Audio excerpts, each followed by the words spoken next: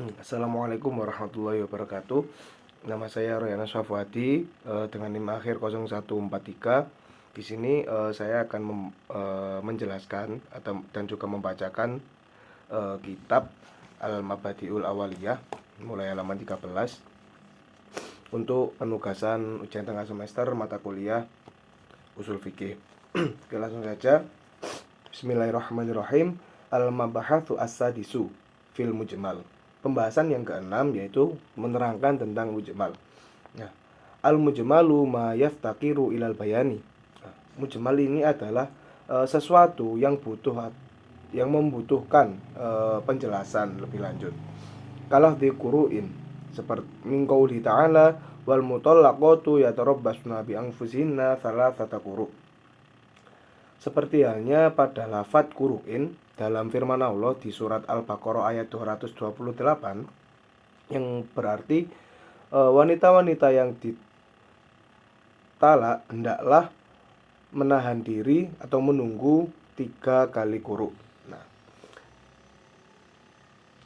Nah, penjelasan dari quru' ini seperti apa? Nah, fa innahu yahtamilu al-haidu wal adharu la li ishtirakil qurui bainal haidi wa tuhri. Nah, sesungguhnya yang disebut quru ini yaitu sudah mencakup dari haid dan suci. Jadi di lafaz tadi kan di ayat tadi kan itu bahasanya quru. Nah, penjelasan dari quru ini adalah orang yang haid adalah haid dan juga suci. Nah, jadi yang dimaksud 3 kali quru ini adalah 3 kali masa haid dan juga 3 kali masa suci, seperti itu.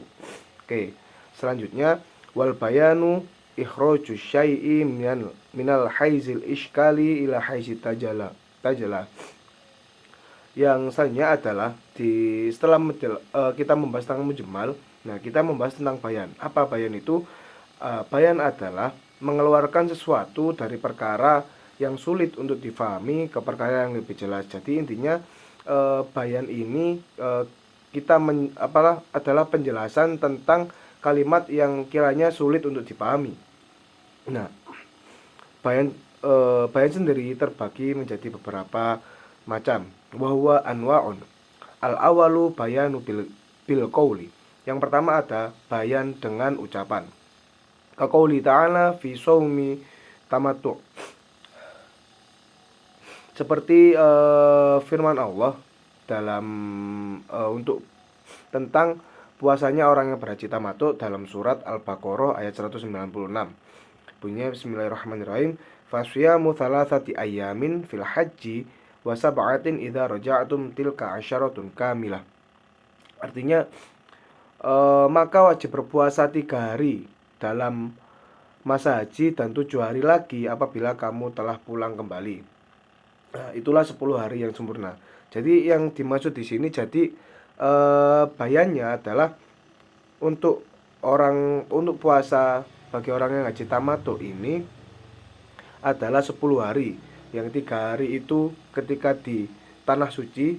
Nah, yang 7 hari itu ketika kita sudah pulang ke negara masing-masing, negara kita sendiri, seperti itu. Selanjutnya wathani bayanu bil fi'li. Yang kedua adalah bayan dengan pekerjaan. Ka bayani fi'lin Nabi sallallahu alaihi wasallam kaifiyati sholati wa ghairiha. Seperti halnya Nabi Muhammad ketika memberikan contoh praktik sholat dan lainnya.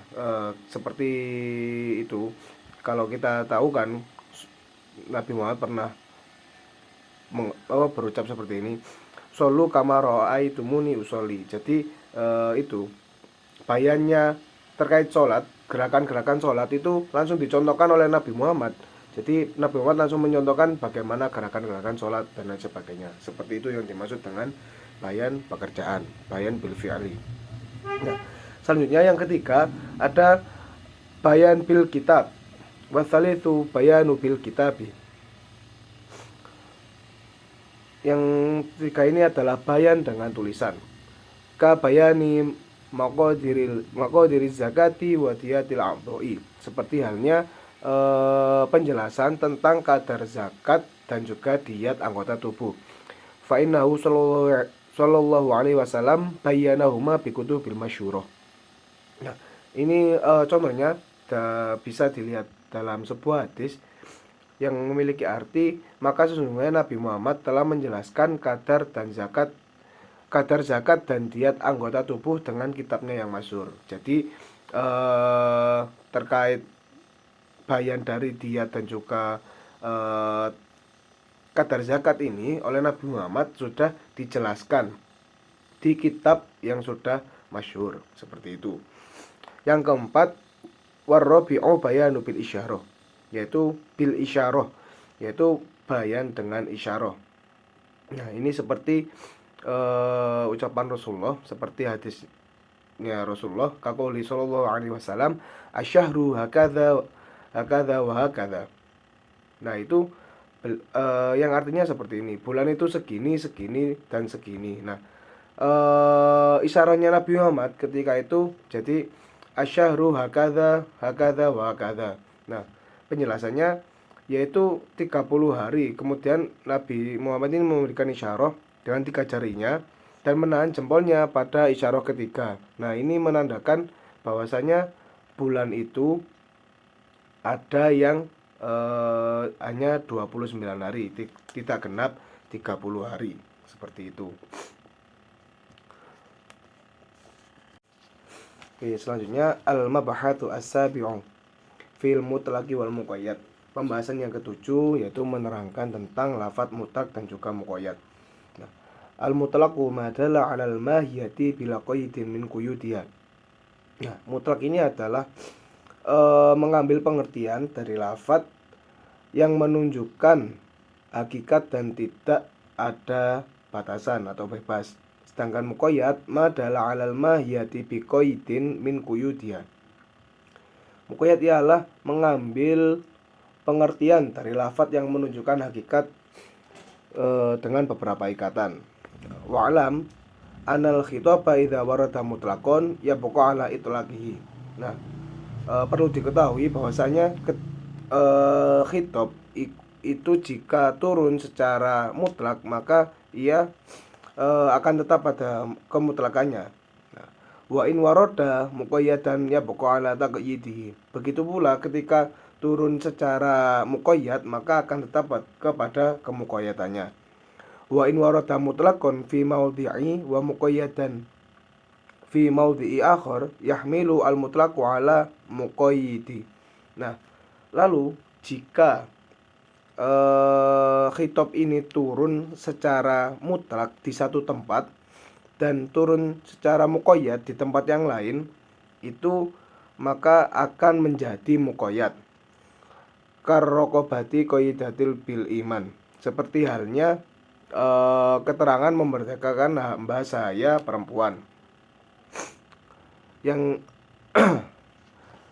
bilangan fi ba'dil mawadi kama fil kafaratil qatli, yang mana dimuqayyadi dengan mukminah pada sebagian hukum, di antaranya pada kafarat atau kafarat membunuh, kafarat tentang pembunuhan. Nah, yang mana ini termaktub pada surat An-Nisa ayat 92 yang berbunyi fatahriru raqabatin mukminah.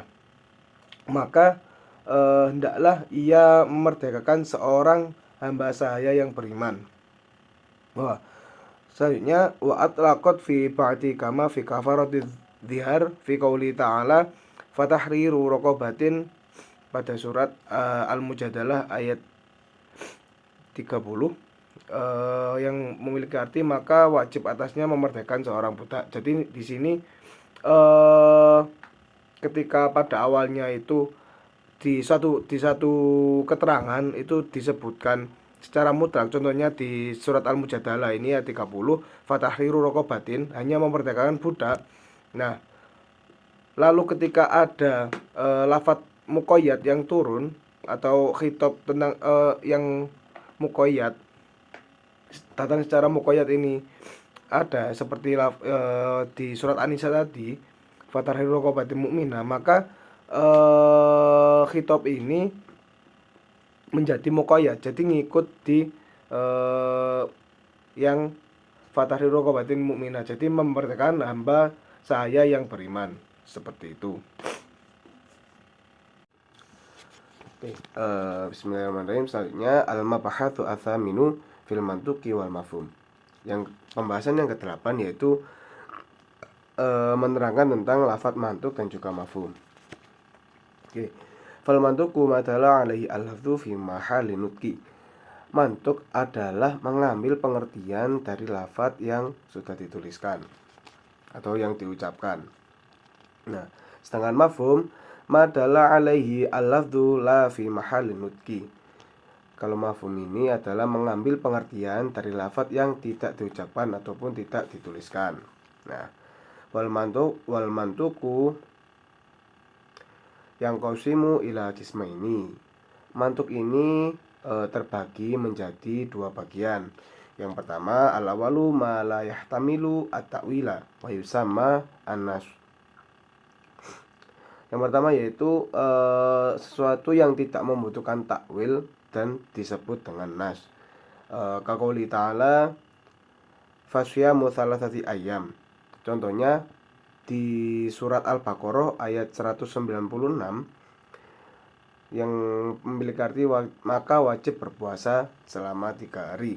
Nah, jadi di situ kan sudah jelas lafadznya. Jadi di sini tidak membutuhkan takwil. Yang kedua adalah wasani ma yahtamilu at-ta'wila wa yusamma adz-dzahiru. Yang kedua yaitu sesuatu yang membutuhkan takwil dan disebut dengan dhahir. Nah, ini contohnya ada pada surat Adz-Dzariyat ayat 47. Was-samaa'a bainanaha bi'aidin. Nah, di sini ada lafadz yang masih perlu untuk ditakwili, yaitu lafadz yadin. Di sini yadin wa dzaka mahalu fi haqqillahi ta'ala muhallu fi haqqillahi ta'ala fasarafa ila ma'nal quwwah. Nah, jadi di sini lafadz aidin itu merupakan bentuk jamak dari lafadz yadin yang mana mempunyai makna tangan. Nah, karena di sini konteksnya adalah Allah, maka Allah ini mustahil mempunyai tangan. Nah, maka maka lafadz ini ditakwil. Jadi maknanya aidin ini ditakwil menjadi makna kekuatan atau kekuasaan. Oke, yang selanjutnya mafhum. Nah, mafhum ini juga terbagi menjadi dua bagian. Wal mafhumu aidon yang qasimu ilal qismaini. Nah, yang pertama mafhumul muwafaqah wa huwa makana al-maskutu anhu muwafiqan lil mantuqi bihi. Mafhum muwafaqah yaitu pemahaman yang diambil sesuai dengan yang diucapkan atau yang ditulis. Nah, contohnya kaman bil abawaini al-mafhumi min qauli ta'ala fi surah Al-Isra ayat 23. Nah, contohnya seperti larangan untuk memukul kedua orang tua, yang mana dapat dipahami dari surat Al-Isra ayat 23 yang berbunyi fala taqul lahuma uffin. Nah, itu memiliki arti maka sekali-sekali janganlah kamu mengatakan kepada keduanya atau kepada orang tua ini perkataan ah. Nah, dari sini dapat dipahami bahwasanya kita itu tidak boleh mengucapkan atau seperti itu. Nah, apalagi kita memukul kedua orang tua. Nah, jadi sesuatu yang dapat dipahami dari ayat tersebut adalah seperti itu. Jadi larangan untuk memukul orang tua itu dapat dipahami dari arti tersebut. Kita mengucapkan kepada kedua orang tua kita pun tidak boleh, apalagi memukulnya, seperti itu. Terus ada contoh lagi, wa kaman ihraqi mal yatimi min qouli ta'ala fi surah An-Nisa. Nah, yang selanjutnya contohnya itu larangan untuk membakar harta anak yatim. Ini ada pada surat An-Nisa ayat 10 yang berbunyi Bismillahirrahmanirrahim, amwalal yatama zulman innama ya'kuluna fi butunihim naro. Artinya, sesungguhnya orang-orang yang memakan harta anak yatim secara zalim, sebenarnya mereka itu menelan api sepenuh perutnya. Nah, di sini juga bisa kita pahami bersama bahwasanya memakan harta anak yatim itu tidak boleh, apalagi membakarnya. Nah, jadi pemahaman yang bisa kita dapat dari arti pada ayat tersebut adalah seperti itu. Oke. Selanjutnya yang kedua ada mafhum mukhalafah. Wa huwa makana al-maskutu anhu mukhalifan lil mantuqi bi. Nah, mukhalafah ini kebalikan dari yang muwafaqah. Jadi mafhum mukhalafah itu pemahaman yang diambil berlawanan dengan apa yang diucapkan ataupun ataupun ditulis. Contohnya ka'adami wujubi zakati 'alal ma'lufah. Contohnya adalah larangan atau tidak wajibnya. Bukan larangan, tidak wajibnya adami wujubi zakati. Tidak wajibnya zakat pada zakatnya hewan-hewan yang dipelihara. Nah, ini seperti pada hadis Nabi, yaitu bunyinya seperti ini.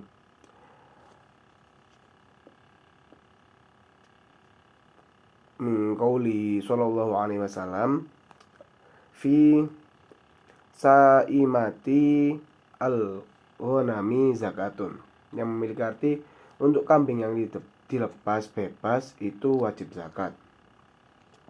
Jadi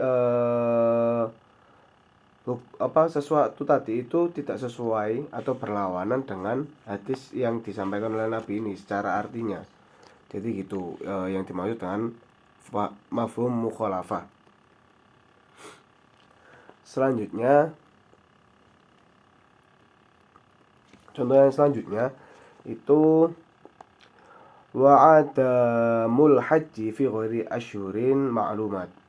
Nah, selanjutnya itu tidak bolehnya melakukan ibadah haji selain di bulan-bulan yang sudah ditentukan. Nah, ini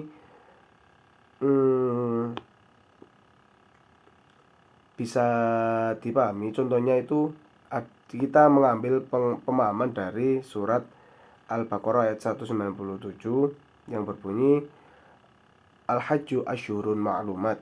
Nah, yang berarti musim haji adalah beberapa bulan yang dimaklumi. Seperti itu. Yang contoh yang terakhir yaitu wa jawazul bai'i yaumal jum'ati idza lam yu'dzanu mu'adzin.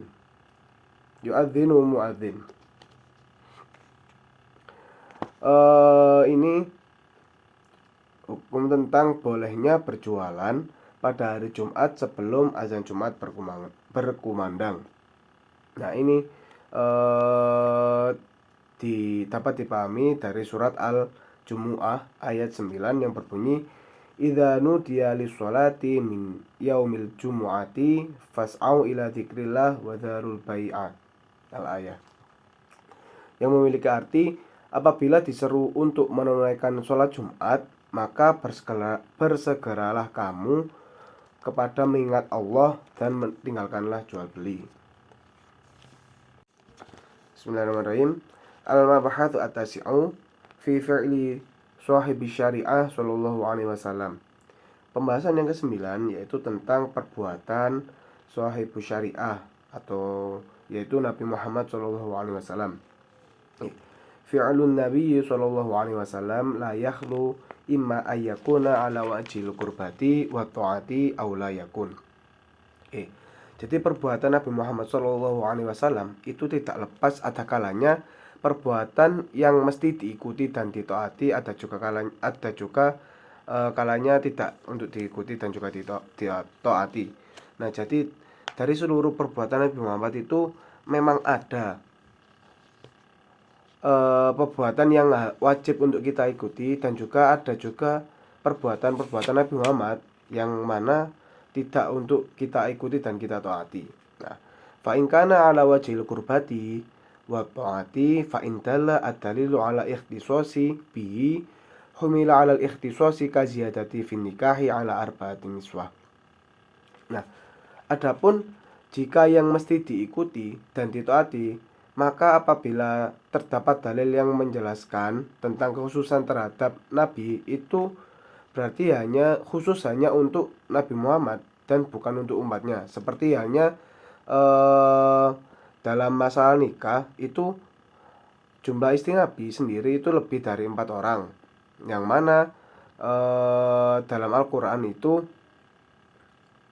kita hanya boleh menikahi sampai 4 orang saja. Nah, jadi inilah contoh perbuatan Nabi yang tidak untuk kita ikuti, namun perbuatan ini hanya dikhususkan untuk Nabi Muhammad. Nah, jadi ketika ada dalil yang menjelaskan tentang kekhususan ini, jadi perbuatan ini hanya dikhususkan untuk Nabi Muhammad dan bukan untuk seluruh umatnya. Nah, contohnya ada di surat An-Nisa. Penjelasannya ada di surat An-Nisa ayat 3 yang berbunyi fankihu ma thaba lakum minan nisa'i mathna wa thulatha wa ruba', yang memiliki arti maka kawinilah wanita-wanita lain yang kamu senangi 2, 3 atau 4. Jadi untuk umat Nabi Muhammad, untuk kita itu hanya boleh menikahi sampai 4 perempuan saja, seperti itu. Nah, dan dalam sebuah hadis juga dijelaskan, yaitu seperti halnya wa'an ibni Umar qala aslama ghailan wa tahtahu asyratu niswatin fil jahiliyah fa aslamna ma'hu fa amarahu sallallahu alaihi wasallam ayyakhtara minhunna arba'an. Hadis riwayat Ahmad, Ibnu Majah dan Tirmizi, yang artinya seperti ini. Dari Ibnu Umar berkata, ketika Ghailan masuk Islam dan ia mempunyai 10 istri, ketika jahiliyah semuanya masuk Islam bersamanya. Nah, di sini Nabi Muhammad memerintahkan kepada Ghailan ini untuk memilih dari mereka 4 orang saja. Nah, jadi memang untuk ketentuan istri ini hanya maksimal itu 4 orang. Wa illam yadulla ad-dalilu 'alal ikhtisasi bi la yahtasu bi bal tusyariku fihi ummatuhu. Nah, dan jika tidak ada dalil yang menjelaskan tentang kekhususan terhadap diri Nabi, maka perbuatan itu berarti sama dengan perbuatan umatnya. Nah, jadi ketika tidak ada dalil yang menjelaskan tentang suatu perbuatan Nabi Muhammad itu dikhususkan untuk Nabi Muhammad, maka perbuatan ini wajib dan harus diikuti oleh umat Nabi Muhammad. Nah, Allah berfirman pada surat Al-Ahzab ayat 21, Bismillahirrahmanirrahim, laqad kana lakum rasulillahi uswatun hasanah, yang memiliki arti sesungguhnya telah ada pada diri Rasulullah itu suri teladan yang baik bagimu. Nah, walidzalika qalu al-aslu fil af'ali Nabi sallallahu alaihi wasallam al-iqtida'u illa madalla ad-dalilu ala ikhtisasi bihi. Nah, oleh karena itu para ulama ini berpendapat bahwasanya asalnya setiap perbuatan Nabi Muhammad itu harus atau mesti diikuti, kecuali terdapat dalil yang menunjukkan terhadap kekhususan hanya pada diri Nabi Muhammad Shallallahu Alaihi Wasallam. Selanjutnya, al-mabahathu al-ashiru fi iqrari sahibi syariah. Pembahasan yang ke-10 yaitu tentang takrir atau persetujuan dari sahibu syariah, yaitu Nabi Muhammad Shallallahu Alaihi Wasallam.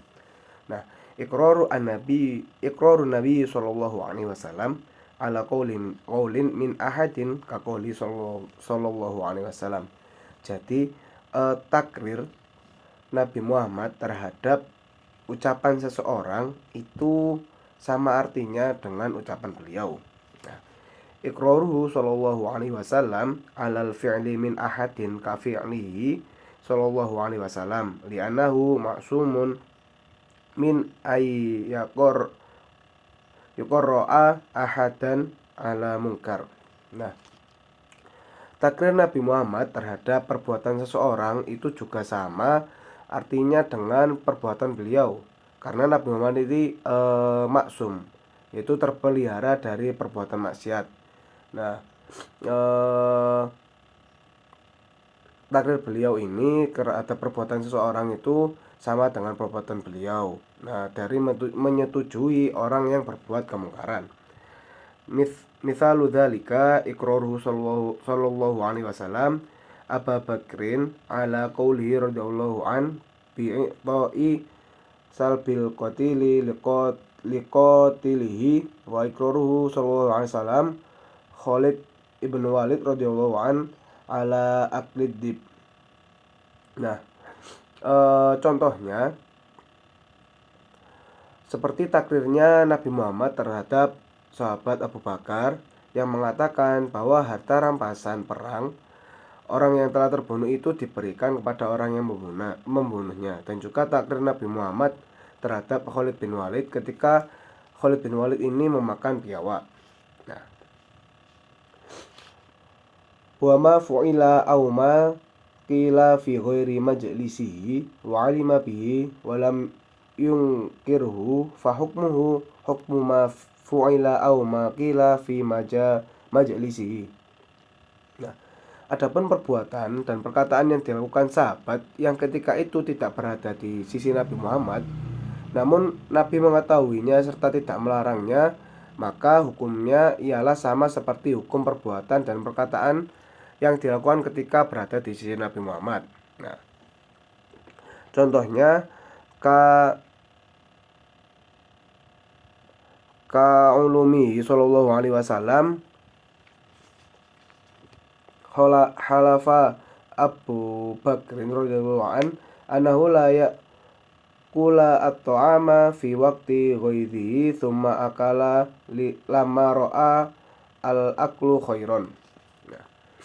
Contohnya seperti ketika Nabi Muhammad mengetahui sumpahnya Abu Bakar yang mana beliau tidak mau makan makanan di saat beliau sedang marah, tapi kemudian Abu Bakar ini makan ketika ia beranggapan bahwa memakan makanan itu lebih baik. Hadis riwayat Muslim. Fayastafada minhu jawazul hinthi bal nadbahu ba'dal halfi idza kana khairan. Nah, melihat hadis di atas, kita juga mendapat bisa mengambil sebuah faedah bahwasanya boleh melanggar sumpah, bahkan disunahkan jika melanggar sumpah ini akan membawa kebaikan. Yang selanjutnya, al-mabahatsu al-hadi asyara fil ijma'. Pembahasan yang nomor 11 ini membahas tentang ijma'. Al-ijma'u lughatan ittifaqun. Ijma' secara bahasa atau secara etimologi berarti menyepakati. Wastilahan ittifaqu ummatin Muhammadin sallallahu alaihi wasallam ba'da wafatihi fi asrin minal a'sari ala amrin minal umuri. Nah, sedangkan ijma' secara istilah ini adalah kesepakatan para umat Nabi Muhammad SAW setelah beliau wafat pada suatu masa dalam menentukan suatu masalah. Wal ijma'u hujjatun 'indal jumhuri lama akhrajahu at-Tirmidzi. Ijma' ini menurut ulama adalah hujjah atau dalil sesuai dengan hadis Nabi yang diriwayatkan oleh Imam Tirmidzi. Bunyi hadisnya seperti ini. An Ibni Umar anin Nabi sallallahu alaihi wasallam annahu qala la tajtami'u ummati 'ala dhalalatin wa yadullahi 'alal jama'ati. Nah, dari Ibnu Umar radhiyallahu an, dari Nabi sallallahu alaihi wasallam, sesungguhnya beliau berkata, umatku tidak akan berkumpul dalam kesesatan dan pertolongan Allah itu ada pada saat berjamaah atau bersama-sama. Nah, wal ijma'u yasuhu biqaulihim wa bi fi'lihim wa yasuhu aidan biqaulil ba'di wa bi fi'lil ba'di wa intishari dzalikal qauli awil fi'li wa sukutil baqini alaihi wa yusamma dzalika bi ijma'is sukuti. Nah, ijma ini dianggap sah secara hukum dengan ucapan dan perbuatan para ulama, bahkan walaupun hanya dilakukan oleh sebagian ulama dan juga atas persetujuan atau diamnya para ulama yang masih ada. Nah, ijma yang demikian ini disebut dengan ijma sukuti. Jadi ketika dalam memutuskan suatu perkara, dalam menentukan suatu hukum perkara, jika para ulama yang ada di forum tersebut, di kumpulan tersebut itu sudah mereka diam, yang mana diamnya para ulama ini dapat diartikan dengan bahwasanya mereka ini setuju. Jadi ijma yang seperti ini disebut dengan ijma sukuti. Nah, wajtama'u ala naqdil wudu'i bil kharijil mu'tadi minas sabilaini wa huwa al baulu wal ghaitu. Nah, para ulama ini berijma tentang batalnya wudhu karena disebabkan keluarnya sesuatu yang biasa keluar dari dua lubang, yaitu air kencing dan juga kotoran. Nah, wa'lam anna Syafi'i qad istadalla ala itsbatil qiyasi wa khabarul wahid bi anna ba'dus sahabati amala bihi walam yadhar minal baqini ingkar fakana dzalika ijma'an sukutian.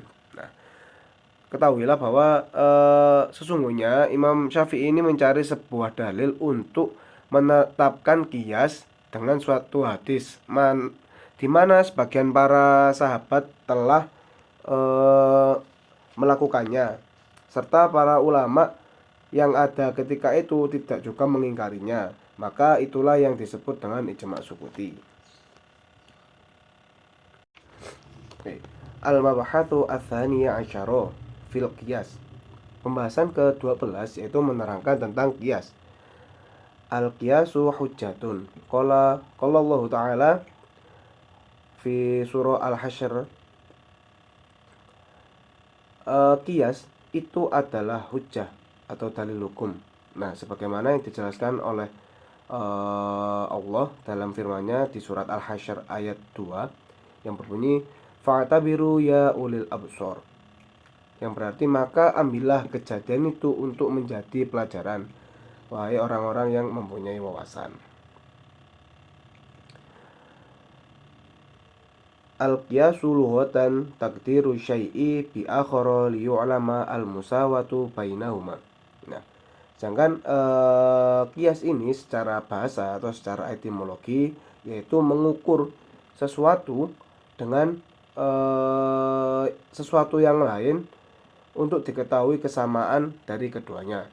Nah, sedangkan secara istilah qiyas yaitu raddul far'i ilal asli bi'illatin tajma'uhuma fil hukmi ka qiyasil aruzzi alal burri fir riba bi jami'i ta'am.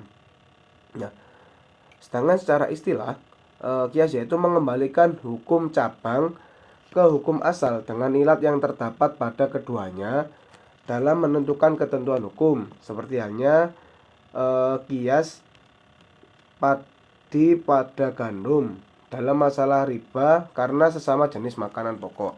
Jadi intinya qiyas ini adalah menyamakan suatu hukum yang mana di zaman dahulu itu masih belum ada. Nah, kita itu cari persamaan dari dua hukum ini. Dari misalnya hukum yang sekarang itu bisa kita sebut dengan kita cari hukum asalnya dulu. Nah, baru nanti kita samakan hukumnya antara kedua perkara ini. Seperti itu. Wa arkanuhu arba'atun. Rukun qiyas itu ada 4, yaitu al-aslu wal far'u wa hukmul asli wa ilatu hukmil asli. Rukunnya yang pertama ada asal, yang kedua ada cabang, yang ketiga ada hukum asal, yang terakhir yaitu ilat dari hukum asal. Nah, qiyas ini sendiri terbagi menjadi 3 bagian. Yang pertama yaitu wa huwa salah satu aksamin qiyasul ilati wa huwa ma kanatil ilatu fihi mujibatun lil hukmi ka qiyasid darbi ala ta'fifi lil walidaini fit tahrimi bi ilatil idza. Nah, Yang pertama ada namanya kias ilat. Nah, kias ilat ini gimana? Yaitu jika ilatnya itu menjadikannya hukum wajib. Seperti halnya kias haram memukul kepada orang tua karena ilat menyakiti keduanya. Jadi ilat ilat ilat dari kias ini itu menjadikan hukum dari sesuatu ini menjadi wajib. Seperti halnya di contohnya ini haram memukul kepada orang tua karena ilatnya itu menyakiti keduanya. Nah, sebab ilat ini menjadikan perbuatannya ini haram. Seperti itu. Nah, ini Allah berfirman pada surat Al-Isra ayat 23, wala takul lahuma ufin, yang memiliki arti jangan sekali-kali kamu mengatakan kepada keduanya perkataan ah. Yang kedua yaitu ada kias dilalah. Wahwa maka natil illatu fihi dalalatan alal hukmi wala takunu mujibatan lil hukmi. Nah, kias dilalah ini yaitu jika ilatnya itu menjadikan dalil suatu hukum namun tidak menjadikannya hukum wajib. Kakiyasi mali sobihi ala malil balih fi wujubi zakati fihi bijami'i annahu malutam. Nah, seperti halnya kias terhadap harta anak-anak kepada harta orang dewasa dalam hal wajib zakat karena sudah termasuk maltam, yaitu harta yang telah sempurna dimilikinya.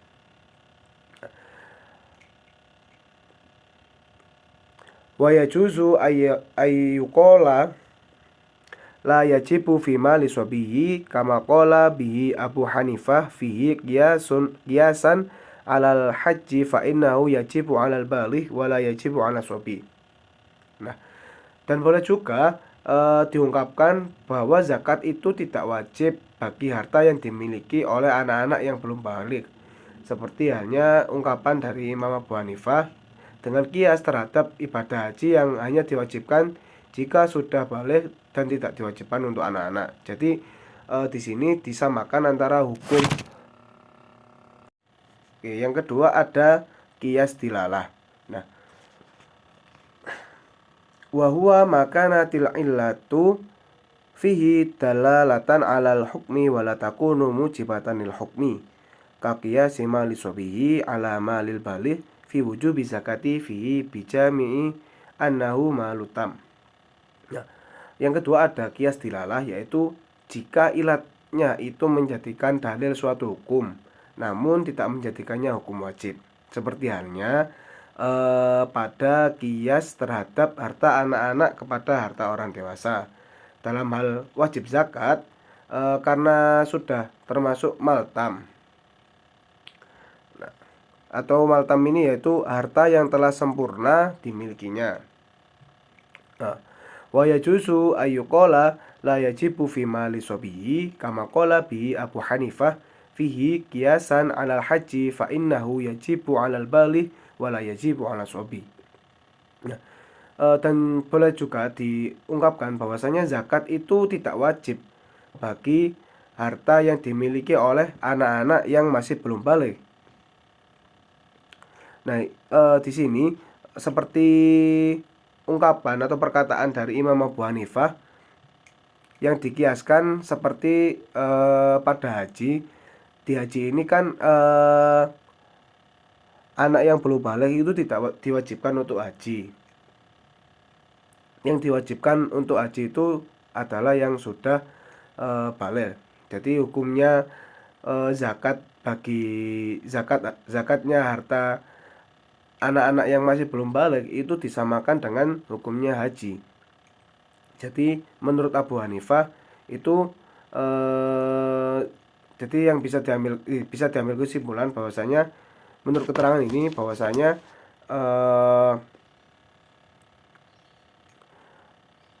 mengeluarkan zakat itu tidak wajib bagi harta anak yang belum balik. Jadi yang balik itu yang wajib itu zakatnya harta anak yang sudah balik, seperti itu. Yang ketiga ada qiyas syibhi. Wa huwa ilhaqu al-far'i al-muraddati bainal aslaini bi aktsarihima syibhan. Nah, yaitu menemukan hukum cabang yang meragukan antara dua hukum asal dengan mengambil yang lebih banyak persamaannya. Kama fil abdi idza atlafa fa innahu muraddatu fi dumani bainal insani al hurri min annahu adamiyun fayajibu ala man atlafahu al qisasu wa bainal bahimati min annahu mala fayajibu alaihi qimatuhu wa huwa bil mali aktsaru shibhan minal harri bidalili annahu yuba'u wa yurithu wa yuqafu wa yumanu wa ajza'uhu bima naqsu min qimatihi. Nah, seperti halnya kias untuk hamba saya atau untuk budak, ketika ia dilukai maka terdapat keraguan dalam menentukan hukuman tanggungan bagi yang melukainya. Jika budak ini dikiaskan sama dengan manusia yang merdeka karena ia juga seorang manusia, maka orang yang melukainya ini harus dikisos. Tapi jika budak ini dikiaskan dengan hewan karena ia adalah sesuatu atau adalah hewan yang dimiliki oleh seseorang, maka wajib bagi yang melukainya untuk membayar sesuai dengan harga dari budak tersebut. Namun dalam hal ini mengkiaskan budak dengan harta yang dimiliki seseorang lebih banyak serupanya dibanding dengan budak dengan orang merdeka. Karena sesungguhnya budak itu dapat dijual, diwaris, diwakafkan, dan juga anggota tubuhnya ditanggung dengan mengurangnya harga budak. Jadi di sini budak ini disamakan. Jadi persamaan dari budak ini ada dua. Yang pertama jika disamakan dengan manusia, maka hukuman bagi yang melukainya itu dikisos. Jika disamakan dengan hewan, karena statusnya budak ini adalah sesuatu yang dimiliki oleh seseorang, maka wajib bagi yang melukai budak ini untuk membayar sesuai harga dari budak tersebut. Nah, di antara dua ini yang lebih kuat, yang lebih banyak persamaannya itu jika budak disamakan dengan hewan peliharaan, karena budak ini dapat dijual, terus dapat diwariskan dan juga dapat diwakafkan, dan juga anggota tubuhnya ini ditanggung, atau jika harga jual dari seorang budak ini tergantung dengan kondisinya, misalnya kelengkapan anggota tubuhnya, seperti itu. Oke, al-mabahatsu ats-tsalitsah asyara fil ijtihadi wal ittiba'i wat taqlidi. Pembahasan yang ke-13 yaitu membahas tentang ijtihad, ittiba' dan juga taklid. Nah, yang pertama al-ijtihad. Badlul wus'i fi naili hukmin syar'iyyin bitariqil istimbati minal kitabi wa sunnati. Wasmul fa'ili minhu al-mujtahidu. Nah, yang pertama ijtihad. Ijtihad ini adalah mencurahkan segenap kemampuan dalam menemukan suatu hukum syarak dengan cara istimbat ataupun mencari dalil dari Al-Qur'an dan juga hadis atau as-sunnah. Nah, nama atau sebutan bagi orang yang berijtihad itu adalah mujtahid. Selanjutnya ittiba wa huwa qabulu qaulil qaili wa anta tadri min aina ma'khudhuhu wasmul fa'ili minhu muttabi'. Selanjutnya yaitu ittiba, yaitu menerima pendapat dari orang yang berpendapat dan mengetahui dari mana pendapat itu diambil. Orang yang berittiba itu disebut dengan muttabi'. Yang selanjutnya yaitu taklid, ya qabulu qaulil qaili wa anta la tadri min aina ma'khudhu wasmul fa'ili minhu muqallid. Sedangkan taklid ini kebalikan dari ittiba. Jika di ittiba itu kita menerima pendapat dari orang yang berpendapat dan kita itu tahu dari mana pendapat itu diambil. Nah, sedangkan di taklid ini yaitu menerima pendapat dari orang yang berpendapat namun tidak mengetahui dari mana pendapat itu diambil. Nah, dalam agama Islam ijtihad